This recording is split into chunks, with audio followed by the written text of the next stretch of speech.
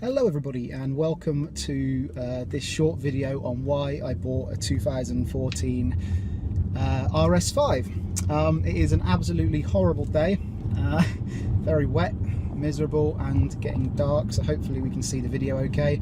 It's going to be a short overview, a little bit about what I've had before, why I got this car, and my first impressions after driving good 700-800 miles on now. I've been to Wales and back, and yeah, just some around sort of daily driving, because this is a daily driver for me, although I don't do that many miles.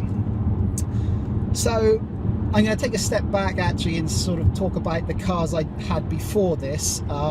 Obviously this is now 2017, coming up to the end of the year, and it's a 2014 plate car, so obviously didn't buy the car new.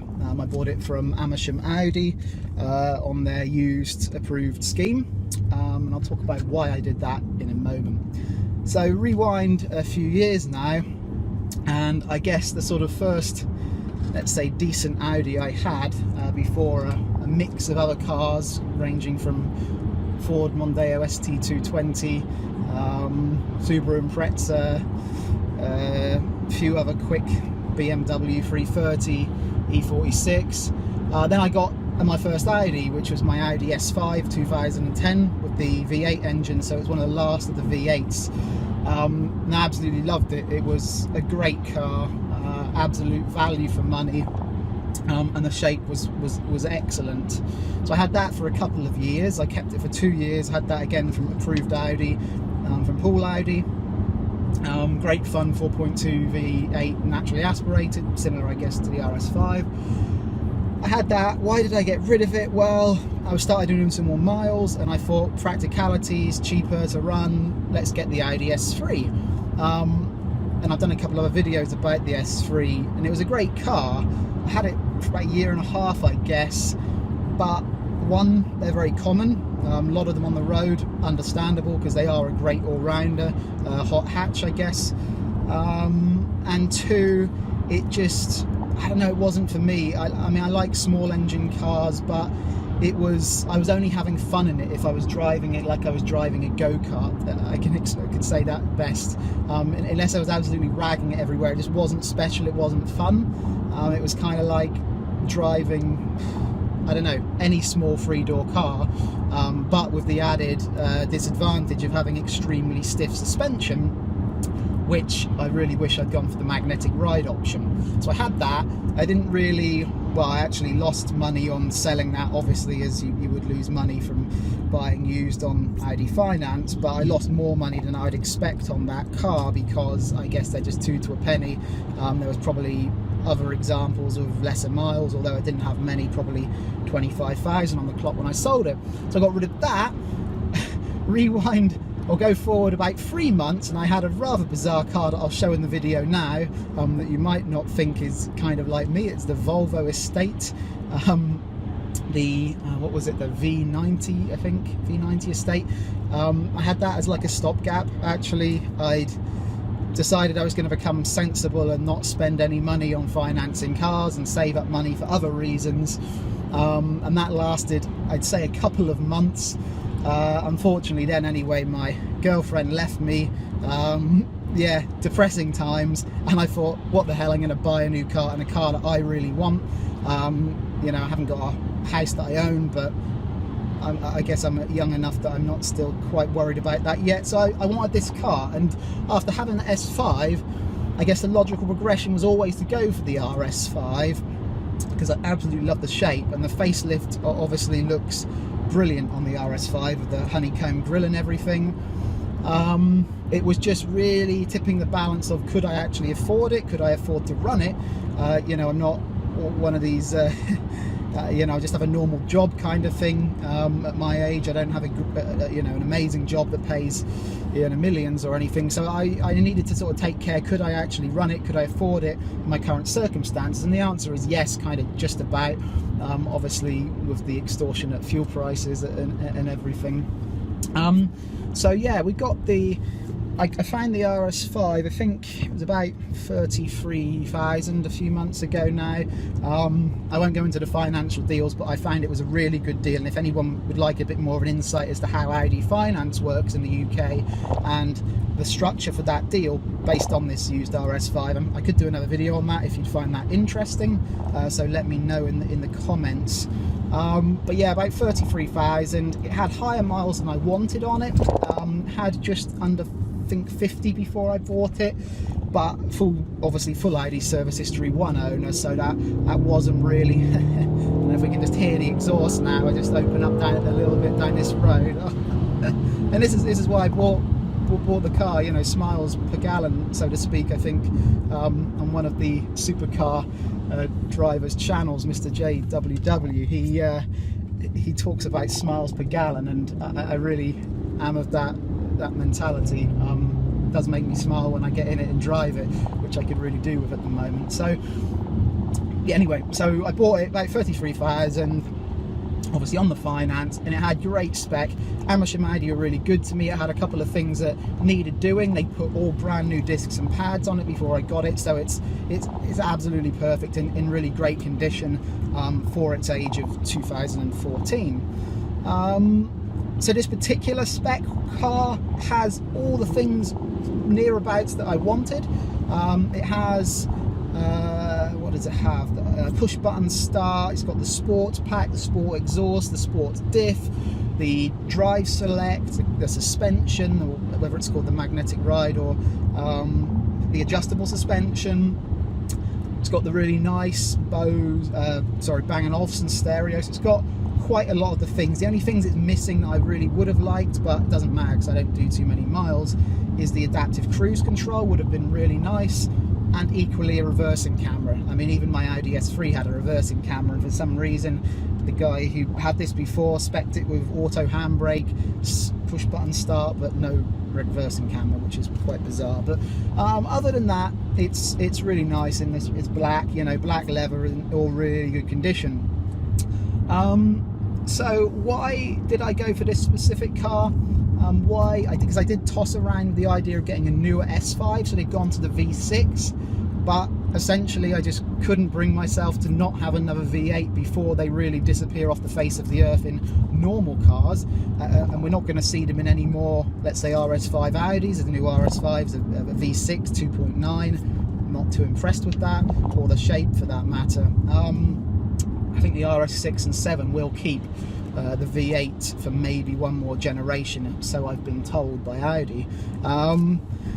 So yeah, it was really just hanging on a little bit more to the V8 sound, and when I saw this one in the showroom and I just started it up, and when you start from cold in sport dynamic mode with the flaps open, I mean, the flaps are always kind of open anyway from cold, but it sounds amazing. And yeah, I did toy around with going to Mercedes C63, E63, but just the practicalities, again, you're going up to a 5 or 6 litre engine, and it just was not really, I couldn't really push myself to that limit. And I generally prefer Audis, their flexibility with the Quattro drive. Yeah, so that's why I got an RS5, and it is a lovely car. It's nice that I can drive it, and I don't feel the need to absolutely hammer it all the time. You know, just blip the throttle now and again, and you can hear the exhaust and the engine note, and that's enough. I don't need to be driving it like I stole it all the time, although perhaps some people on the comments may say differently.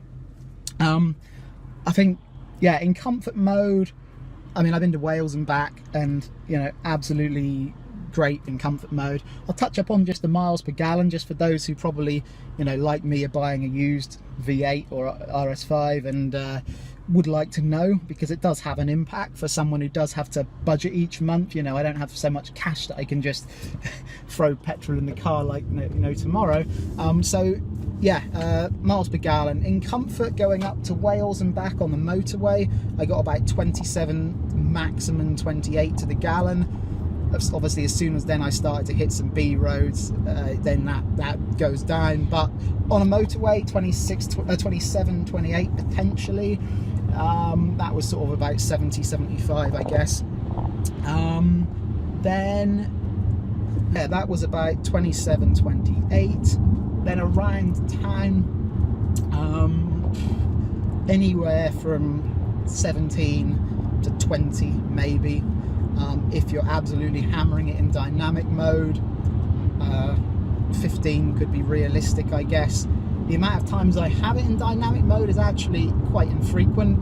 I usually do the individual mode, and I go for the sports sound or the sport exhaust. I keep everything else sort of in auto mode. I don't really feel the need a lot of the time to have dynamic mode on, unless I'm going crazy, and I'll put it in a dynamic in a minute, because it is nice to hear and feel, although the camera is going to jump around quite a bit more, I think. For me, on UK roads, there's a rare opportunity to really go all out in dynamic. Maybe up around Scotland or something could be quite cool, but you know, standard UK roads just doesn't, to be honest, facilitate dynamic. I think it's more of a track. It's got the dynamic steering also. The dynamic steering is something I'm not used to, but it's quite weird. It sort of feels sometimes quite stiff, like when you're just going along straight it stiffens up, but then when you need to make a quick turn, it I guess the electromechanical rack loosens up a bit, or whatever it does, assists you more, and you can turn quickly. So it does feel a little bit weird to get used to, but it's actually quite cool. So yeah, the drive, the gearbox, obviously dual clutch. That's something that was lacking in the S5 V8. I did miss that. As soon as I went to the S3, it was a total transformation of the gearbox, really unbelievable. The dual clutch is just, you know, I mean, we've got 7-speed, which is really great for the fuel economy, and then instantly I can drop down 2 gears when required, or just blip it into sport mode, and then we just dropped down to 3rd now from 7th pretty much, and it's absolutely instant. Obviously comes with that, there's a bit more servicing costs around dual clutch box. The Tiptronic box I had in the S5 was sealed for life, or they said sealed for life. I don't know if I'd have want to have left it sealed for life, but yeah, that was sealed for life, and didn't need changing. Obviously you got the rest of the 4-wheel drive system on this. From a technical perspective, I can't remember if it's I think it's the Heldex system. That all needs servicing fairly, I say regularly, I don't know, I think 20,000 some miles, don't quote me on that. Other than that, the drive, I haven't really been pushing it too hard yet. I've just been getting used to the drive because it's such a lovely drive. I don't feel the need to be pushing it. When I was in Wales a little bit, I was pushing it round some corners just to really feel the handling, and the sports differential is really cool. It really feels like you're, I don't know, just it just goes around the corners so smoothly, like it's just locked to the ground. I haven't felt the back end kick out yet at all, even in the wet. It's been remarkable for that. Haven't tried the launch control yet. Well, actually I did once, just quickly, I think. It's something that for me, as a mechanically minded person, I don't actually like doing launch control because it just feels horrific on the gearbox, the drivetrain and everything else. So does have launch control, but I don't really use it. Other than that, I've just been enjoying the car, keeping an eye on the miles per gallon. You know, I mean, as long as for me it's above 15 to the gallon, it's usable for the amount of miles that I'm doing. And to be honest, the S3 wasn't brilliant for me miles per gallon. I think it could have been because I had the older 2014 edition. It only had 6-speed gears and it was revving quite high on the motorway, so maybe it would have helped if I'd had the 7-speed. And yeah, I don't know what else to say really. It's just an all-round great daily driver, from my opinion. You go everywhere, and even it being 2014, one, it doesn't look like it's 2014, and two, people still look at it thinking the lines look really great, really clean. Helps this one's had fully refurbished diamond cut wheels, which looks really good. Unfortunately, about 3 or 4 weeks after a month or so after I bought it, somehow or someone managed to put a nail in the sidewall of my tyre, so I did just have to put 2 new Pirelli P0 R01s on, which was a shame. Yeah, that was quite costly. I mean, it was like 2 tyres plus the geometry, 500 quid. So maybe, like I say, if I do another video on the running costs, as you can see, 2 tyres costs 500 quid pretty much. You know, fuel tank is strangely quite small, and a full tank only costs about £65, obviously Shell V-Power and nothing else, but again, £65, average miles I'm doing, I'm barely getting kind of 200 miles a tank out of that, so it's not so bad. Anyway, I'm going to go for a little bit of a drive and just try and find some cool roads to drive on now, see if I can make that exhaust note shine through. Maybe I can, maybe I can't. And then that'll be it for this video, and then yeah, hopefully I'll do another video in the next weeks, depending on what you might like to see. I'd be interested to hear also in the comments, do people like this version of the RS5? Because for me, and I'm not that, this isn't just because I can't afford it and I'm bitter about that, I really don't like the shape of the new Audi A5s in general, the whole range in general. I think they've lost some of the really hard lines on the front grille. I think the lines on this particular variant are one of the best ones, but again, personal preference, whether or not you agree with that, I don't know, but I'd be interested to hear. So I'm hoping to keep hold of this car for about 2 to 3 years probably. Yeah, I only ever have one car, I don't have more than one car, I can't afford that. Yeah, I think it'll be a lot of love. It'll be a loving relationship. I don't think it'll be a love-hate relationship, which I kind of had with the S3. It's a little bit love-hate. You know, I loved it when I was, like I said, hammering it around.